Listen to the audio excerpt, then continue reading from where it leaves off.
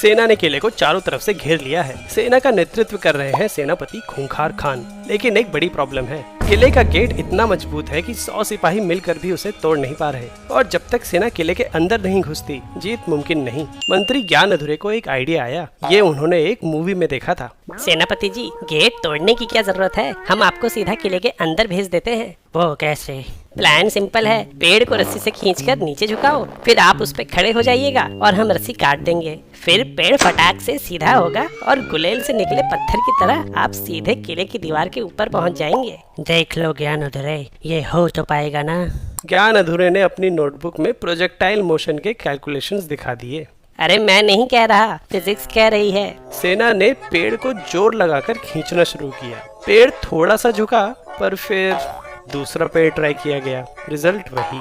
अगली बार थोड़ा कम खींचना। सेना ने तीसरे पेड़ पे रस्सी बांधना चालू किया तो तभी लवली प्रोफेशनल यूनिवर्सिटी के LPU वर्टो वहाँ आ पहुँचे। ये क्या चल रहा है? ज्ञान अधूरे का प्लान सुनते ही मिस्टर वर्टो बोले, ये तो नामुमकिन है। जब हम पेड़ को खींचते हैं तो ट्रंक के ऊपर वाले फाइबर्स स्ट्रेच होते हैं और नीचे वाले फाइबर्स कंप्रेस, यानी ऊपर वाले पार्टिकल्स एक दूसरे को पुल करते हैं और नीचे वाले पुश। एक एरिया पे लगने वाले इसी इंटरनल फोर्स को स्ट्रेस कहते हैं, और इसी स्ट्रेस की वजह से पेड़ के ऊपर वाली साइड थोड़ी लंबी हो जाती है और नीचे वाली साइड थोड़ी छोटी। इस रिलेटिव चेंज इन लेंथ को स्ट्रेन बोलते हैं। स्ट्रेस बटे स्ट्रेन को कहते हैं यंग्स मॉडुलस। रबर जैसे मटेरियल्स के लिए ये काफी कम होता है, इसलिए वो आसानी से स्ट्रेच हो जाते हैं।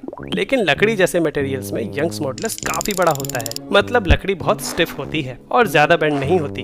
जब सिपाही पेड़ को जोर से खींचते हैं तो ट्रंक के आउटर फाइबर्स में स्ट्रेन बढ़ने लगता है, और क्योंकि पेड़ का यंग्स मॉडुलस ज्यादा है तो थोड़े से स्ट्रेन के लिए भी बहुत ज्यादा स्ट्रेस डेवलप होता है। एक पॉइंट पर स्ट्रेस लकड़ी की अल्टीमेट टेंसाइल स्ट्रेंथ से ज्यादा हो जाता है और पेड़ टूट जाता है। पर अगर हम पेड़ को कम खींचेंगे तो तब प्लान दूसरे कारण से फेल होगा। किले की दीवार की हाइट है 20 मीटर और नारियल के पेड़ का रिलीज पॉइंट भी लगभग उतनी ही हाइट पे है, जिससे सेनापति को 50 मीटर दूर खड़ी दीवार के ऊपर पहुंचाना है। प्रोजेक्टाइल की रेंज का फॉर्मूला होता है R=v² sin 2θ/g। Range maximum करने के लिए थीटा की वैल्यू होनी चाहिए 45 डिग्री। R को 50 मीटर और G को 9.8 मीटर पर सेकंड स्क्वायर डालने से इनिशियल वेलोसिटी की वैल्यू आती है 22 मीटर पर सेकंड। खूंखार खान और उनके कवच का वजन मिलाकर है 100 किलो, तो इनिशियल काइनेटिक एनर्जी की वैल्यू आएगी 24,200 जूल्स।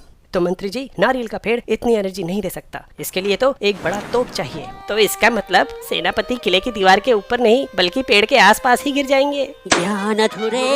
पर ये बताओ, अगर सेनापति दीवार पार कर भी लेते तो लैंडिंग के लिए क्या प्लान था तुम्हारा? LPU नेस्ट में अप्लाई करने की लास्ट डेट है 25 मार्च, तो जल्दी से चैनल पे दिए लिंक पे क्लिक करो और ये कूपन कोड यूज करके 20% डिस्काउंट पाओ।